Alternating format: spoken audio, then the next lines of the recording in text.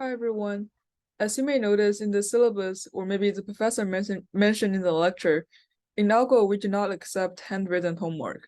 So all pieces you submit should be typed either in Google Doc or using LaTeX. Today we will introduce an online LaTeX editor called Overleaf. It's easy to use and allows you to share the document with other people. This video will talk about some general functionalities of Overleaf. A more detailed LaTeX tutorial will also be given to you, together with a template that you can use for your own pieces. I personally prefer using LaTeX just because typing math equations is so much easier, and it makes your documents very pretty. So hopefully you will agree with me after you read the tutorial PDF. But to get started with Overleaf, you just simply search up Overleaf in Google, and then this should be the first thing that pops up. Just log in, and then you will see something like this.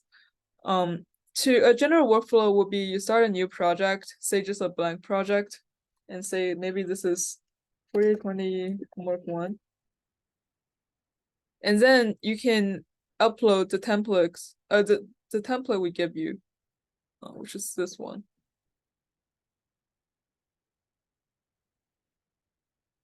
After you import the template, hit compile or recompile, and this will be the PDF that's corresponded to this piece of code.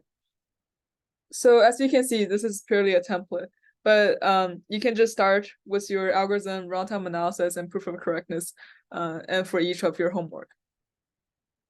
So let me import.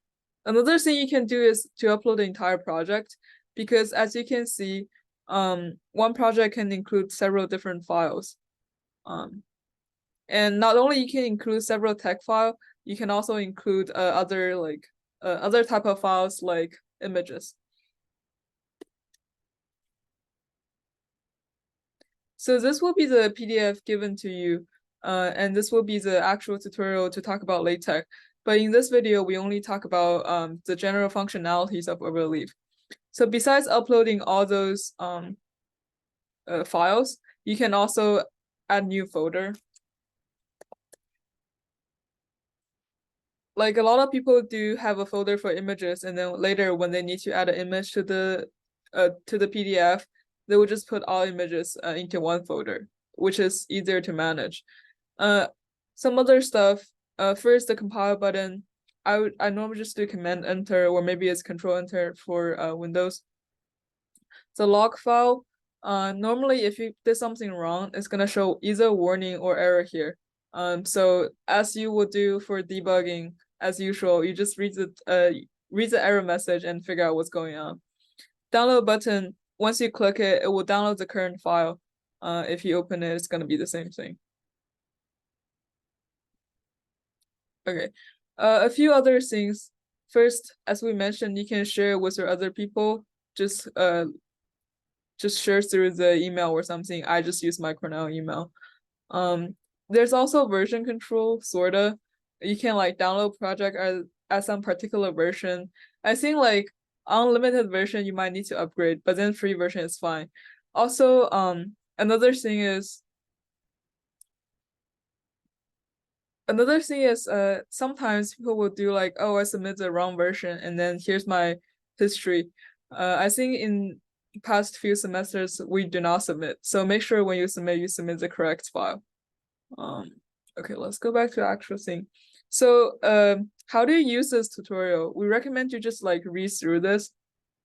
And then as you read through the PDF file, say, oh, I want to know how they realize, say, how do they insert the image here?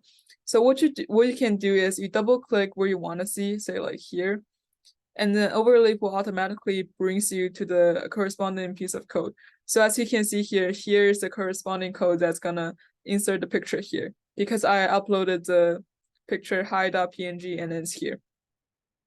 Similarly, if you're interested in what this piece of code is gonna render, click the right button here, and then it's gonna bring you to the corresponding section. So yeah, that's pretty much it.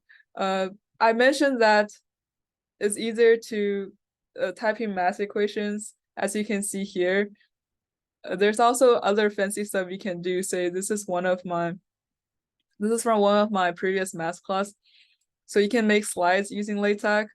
I need a lot of math because this is a math class. You can also put all your problem set in one file, and then because they're all separate, you can just render them separately. And they will all be different.